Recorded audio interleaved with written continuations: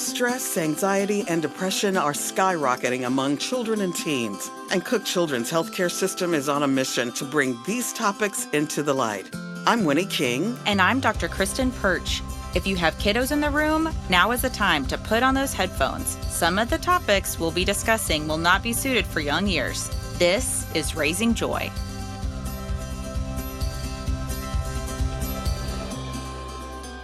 Hello, and welcome back to Raising Joy. My name is Kristen Perch, and I'm a child and adolescent psychiatrist in Fort Worth, Texas at Cook Children's Hospital. And I am Winnie King, Chief of Communications, Inclusion, Diversity, and Equity at Cook Children's. And we have conversations about kids' mental health and how to help with experts in our community. Mm-hmm. And today we have an expert in grief and helping our kids grieve. So I feel like the pandemic has really changed how humans grieve in that they are more separated from each other because we were worried about giving each other COVID. And we know that we need to be together. We need to share stories. We need to laugh and, support each other with food and hugs and all those things. And I think it was just hard you can't do that virtually. Right. And then of course, the obvious impact of COVID is death. I mean, the death of parents, grandparents, just relatives, and how hard that is for children. That's so hard. Who don't understand. And some of it happens so fast, and it is really difficult. So we're really glad that we have our guest here today with us. Absolutely. We have Miss Dana Minor with us today. She's the program director of the Warm Place, a grief support center in Fort Worth, Texas. Dana has more than 25 years of experience in helping children with grief, and she is also a licensed professional counselor, supervisor, and certified school counselor. Welcome to Raising Joy. Thank you so much. Glad to have you. So, what exactly is the Warm Place, and how did it start? Sure, absolutely. So the Warm Place is a grief support center that provides peer support for children ages 3.5 to 18. And we also provide grief support for our 19 to 25-year-old young adults. And we provide that support to our families as well as the children. In addition to the grief support that we provide in our peer support groups, we also do a lot of grief trainings and resources and webinars and workshops in an effort to be able to be a great resource to our community. And we've also had a great opportunity to provide training at a national level with the National Alliance for Children's Grief. So that's been an incredible opportunity that we've had over the years.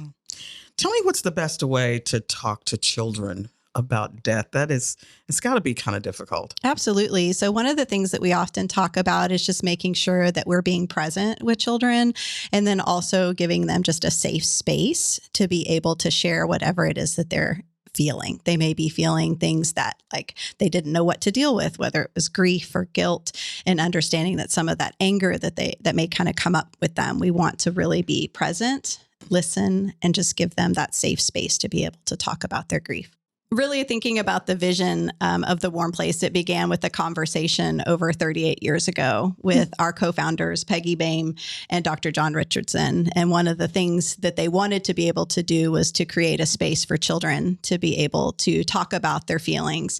In 1984, our co-founder, Peggy Boehm, and her husband, Lee, were mourning the death of their son, Michael, who died from bone cancer at the age of 14. And at that time, they also had a daughter named Megan, who was 9. And it became very apparent how important it was to be able to have a space for a child to be able to grieve and to talk about their feelings and to be around other kids that have gone through a similar experience. And so at that time, in that conversation that occurred back in 1984, we opened our doors in August of 89. So 1989 to 8 families. And after that first night, we have actually now been able to serve over 43,000 children and their families. Wow. And although we have continued to grow, our facility continues to grow, and our staff continues to grow, as well as our clientele, our mission has always stayed the same. Wow, that's incredible. That is incredible. That's a lot.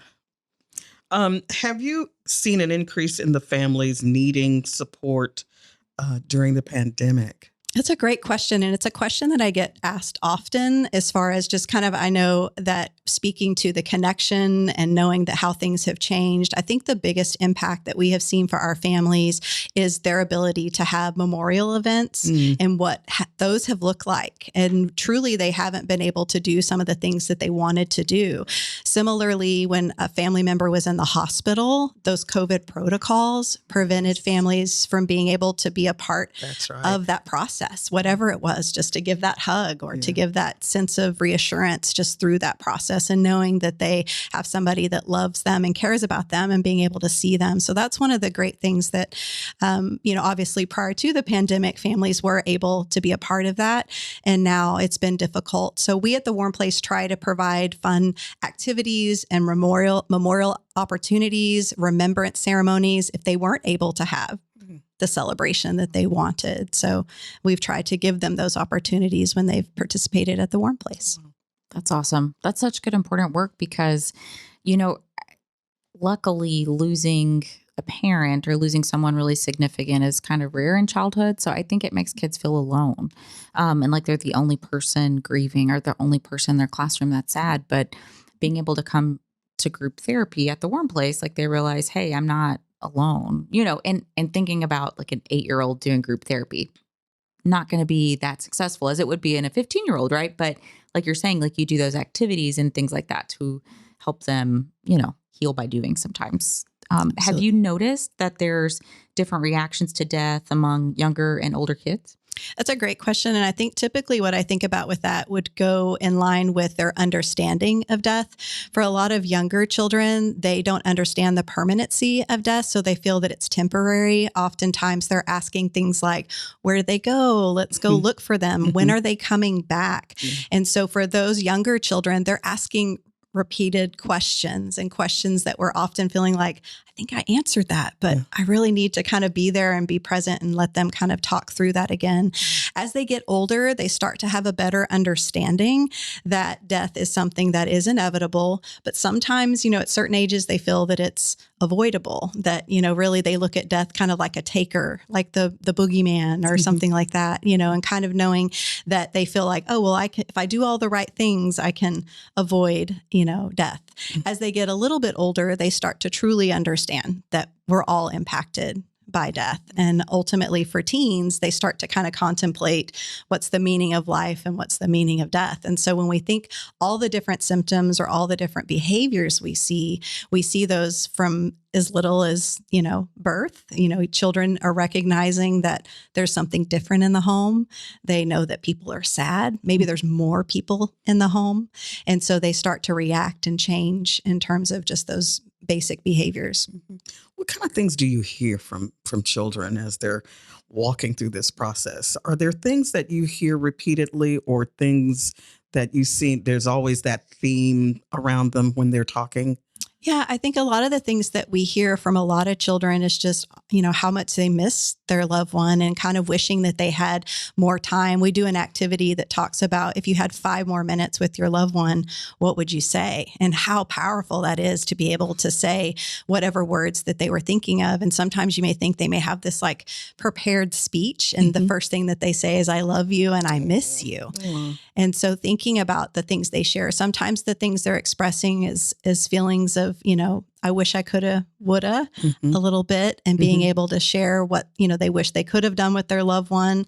What are some of the things that perhaps I should have done differently? And we are, of course, there to listen and to support them and help them to understand that if they felt like there was something they could do differently, they didn't cause the death, helping them know that, we are here to listen to what they're feeling. And some children experience grief in the way that is like so powerful that they experience so much guilt and they feel that somehow they caused it. Younger children will think, oh, like if I would have been a better kid, or if I would, I was really bad that day, or I wish I hadn't said the things that I said. And so we process those things. And I think in a group setting with peer support, they get to hear from other kids that, oh, wow, you felt that way? So did I, or I was feeling guilty too. And it was just an incredible moment for them. Another activity that comes to mind is we do an activity called Who or what pushes your buttons. And even for adults, that's a good one. But for kids, they kind of are given permission to be able to say like, well, it really bothered me when this kid said, oh, I know exactly how you feel. My dog died. And they're like, no, my brother died. That's not the same. And so they write down on that little die cut button, what, pushed their button or who it was potentially. So it's just a great way for them to express themselves. And it sounds like you guys just give space and support for them to feel all of the feelings that, they may shy away from, or a parent may not know are there to like ask about and to support, like the anger and the being frustrated because the kid tried to equate something to their loss, and it's just not the same, Absolutely. And so I think that's really cool that you guys give them the space, and you've walked this journey with so many kids that that these are the things that are under the surface, and you bring it to the surface so they can talk about it. That's beautiful. Kind of sitting in that pain a little bit. You kind of have to, don't you? Yeah. And that's what we talk so much about is being present in that pain. It's not about taking the pain away. It's about being present in that pain and knowing it's okay.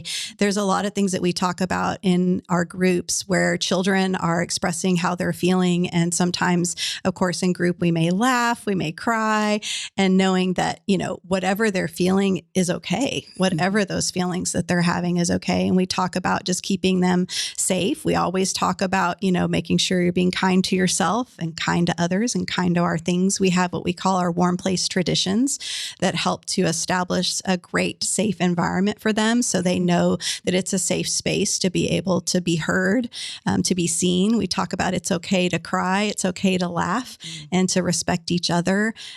There's so many ways that they feel that sense of comfort and community by being around other children. It's so important that they find their tribe, that they have found their tribe. And, this is my village. And, Absolutely. These people really do understand me. That is so important. Yeah. What are some of the myths about grief? Yeah. So there's so many common myths I'm sure you all have heard. I think probably one of the biggest ones that I wanted to touch on would be that the goal of grief is to get over it. I think people will often say after time has passed that, aren't you over that by now? Or it's been so long. And it's so strange to me because you think, have you not dealt with a death in your life? It's funny how people say that because we are going to always miss our loved ones, and that's normal. And I think helping, kids to understand that, even adults to understand that. We often talk about moving forward with our loved ones. How can we stay connected and doing different activities that they can still be a part of our life and we still share their memories? And it's just one of those special things to know that, it's okay that I'm still missing my loved one and a lot of time has passed. I think another big myth that people, and you hear a lot of people say, is I'm just going to try to stay busy. That staying busy is going to help me. And we know that we're all, children are feeling sad and they miss their loved one, and staying busy doesn't change that at all. Those feelings are still there. And so it's so important to, and I think even during the pandemic, really showed us, for a lot of us, we had to stop being busy. Yeah. And we were all in the same house and all of our activities that we had planned were not something we could do anymore. And so I think, families learned how to, continue to honor their loved ones, thinking about the holidays and what does that look like and how we, I mentioned carrying our loved ones forward. One of the fun activities we've done, and families actually shared that they continue to put their stocking up for their loved one. Aww. And they will add sweet notes and they'll continue to read those year after year. And that's a great way to just continue that. Right. But for some families, they don't put their stocking up, and that's okay. We talk about whatever is their grief is their grief. Their grief is unique to them for sure. Are there stages of grief? That's actually one of the common myths as well. Okay, there you go. Talk to me. Let's talk stages. Yes, talk stages. So for most of us, where that comes from, and so of course, being in education, my background is in school counseling, as well as I've taught collegiately and taught psychology. So I, of course, have taught stage theory, and we've talked a lot about Elizabeth Kubler-Ross, and that's where most of us get that idea of a stage theory. And I think the idea behind stages, typically when we think of a stage, is that we have to go through one then we go through the next, and then we go through the next, where we know grief truly is not like that. Whereas we may experience denial when we first hear it, or we may experience anger and frustration or depression, and we may bargain, hey, maybe perhaps if I do this, then this will happen. And then the hope is, of course, for most of us is to gain acceptance. And that's part of that task of mourning, is to be able to feel like this is real. And how do I, deal with the feelings that I'm having, as well as, heal. Yeah. And so I think the stage idea is something we've all learned, we've all heard. And I think we do go through different kinds of things in terms of grief changes over time. Sometimes people will describe grief like it comes in waves. And I will, when I do talk, sometimes I'll say, have you ever stood on the beach? And you kind of feel the waves sort of trickle and tickle your toes, and then it goes away. And then if you brave and decide to step in a little further, and then it just knocks you down. Yeah. And so that's just a great way to kind of look at how grief can affect us in so many ways. Absolutely. I mean, that's what I see in my practice, and that's what I've experienced personally, and that's what I talk to kids about whenever they, have lost someone really significant. Those are the hardest appointments, and they're unexpected. I'll have a happy-go-lucky little guy lose a grandparent who lived in the home, and they're just heartbroken. It's really it's just so hard, just to see them having such a hard time. I know parents have a hard time too. Do you have any advice for how to support a parent who's grieving with their child who's grieving? So if a parent lost their parent, and both are grieving, how do you help a parent support their kid if they're also having a hard time? Yeah, that's a great question. I often share that, when we lose a loved one, we all lost the same person, but at the same time, a different person based on that relationship. Yeah. And so thinking about that relationship, whether a child has lost a mom or a dad, or whether they've lost a brother or sister or grandparent, those relationships are very different. And so when our children are actually in their peer support groups, we also have a parent and caregiver group where we are talking with the parents and caregivers about what their grief experience is. But in addition to that, we are talking about how do we support our children? How do we help them and be present? We often talk about modeling our grief and healthy grief. We hear parents all the time say, well, I want to be strong for my children, so I'm not going to cry in front of them. And what we really know to be true is it's helpful for them to see that emotion and to know hey, I'm having a hard time today too. I'm missing dad too. Or just letting them, be able to feel what they want to feel. So even giving the parents permission themselves to feel. We talk a lot about giving yourself permission to feel what you feel in front of the child. Exactly. Yeah. I have so many parents that say, whenever we talk one-on-one, they'll say, I cry in the shower because no one hears it. And I'll say, you're saying, hey, look, you're strong in your tears. They need to see you experience emotion and keep moving forward. Because that's what they're feeling and that's what they're doing. We don't want to send the message that you go cry alone in your bedroom so no one hears. No, you have to do it together. Right. Absolutely. And I think that part of that too is that modeling, right? And letting them know it's okay. And I think that when we talk about it's okay to not be okay, or it's okay to just be okay. When we think about as parents, you often hear parents say, well, I just want my children to be happy. We want them to be able to feel, and really how we can help them is to let them know that we're not going to be happy all the time. And what can we do when we're not feeling happy?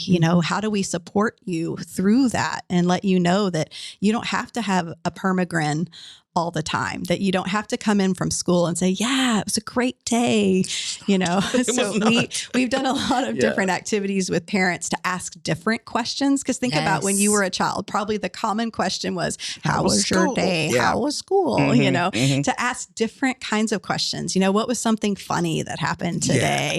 Who was somebody today that supported you or surprised you? And you'd be like, oh, well, the lunch lady was like, hey, how are you doing? And I didn't even know they knew my name. And, so something that really gets that conversation going. Yeah, that's great. Talk about suicide. How is that different in that grief? Is that something special? What is that like? Sure. So children? I think that suicide is always a really tough topic for parents to be able to try to explain that to a child.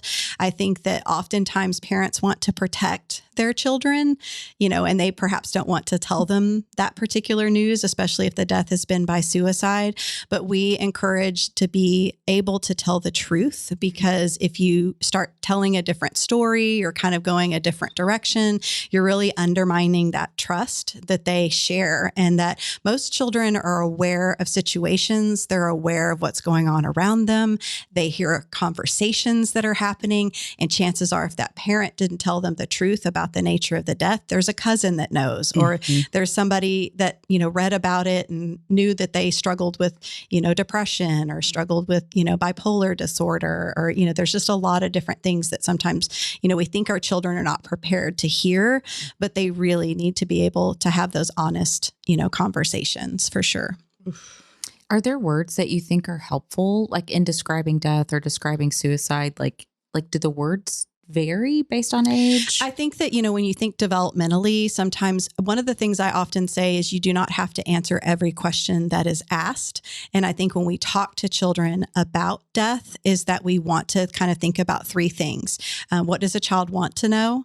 What does a child need to know? And what can a child understand? Mm-hmm. And so through that, when you think about those three things, what do they want to know? Well, they want to know how dad died. Mm-hmm. So I'm struck with how do I talk to them about that? What do they need to know? Do they need to know every single detail of that death? Absolutely not. And if they're younger, it's probably really hard for them to wrap their mind around that. Mm-hmm. And then thinking about what can they understand. I mean, developmentally, some of the things that we may talk about may make sense to them. If you were to say, when somebody dies from a heart attack, you can explain to them, how, dad's heart was beating and now it's not beating. Or we try to talk about with our pre-K children, what's alive and what's not alive. And so if they've ever seen like a pet die, or, understanding that when we're alive, that we breathe, we can move, we can exercise. And then when we are dead, we can't do those things. We are not talking, we're not breathing, we're not moving.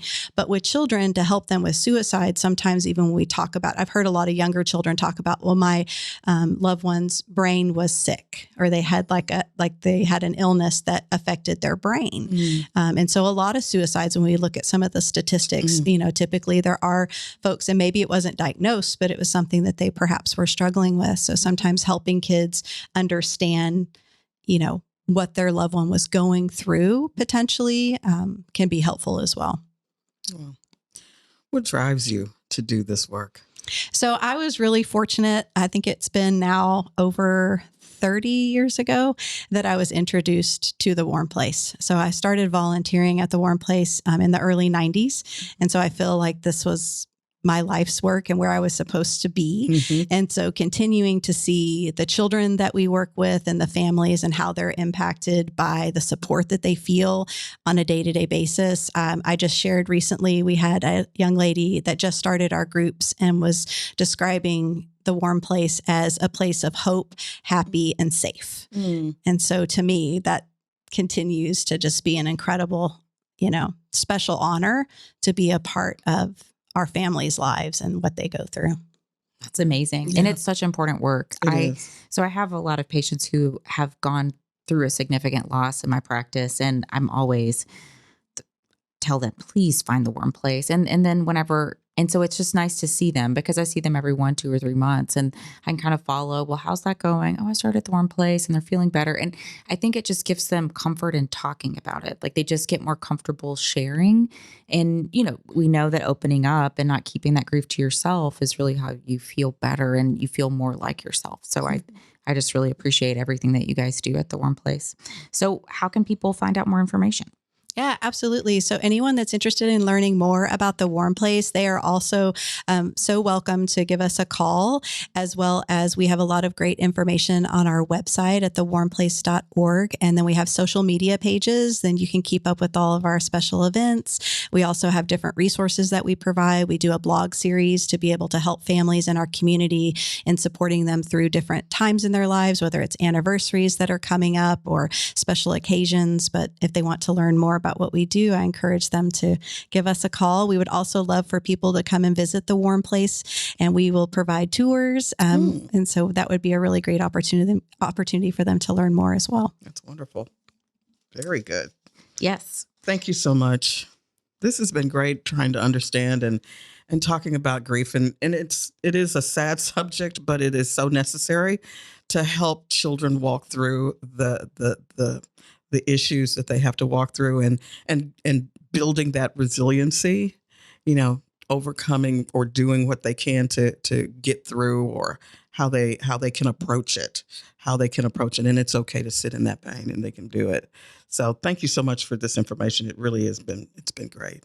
Awesome. Thank you. Yes. And to our Raising Joy listeners, we appreciate all of your support. Please rate, review, and subscribe to keep these conversations going. And remember, Joy stands for just breathe, open up, you matter.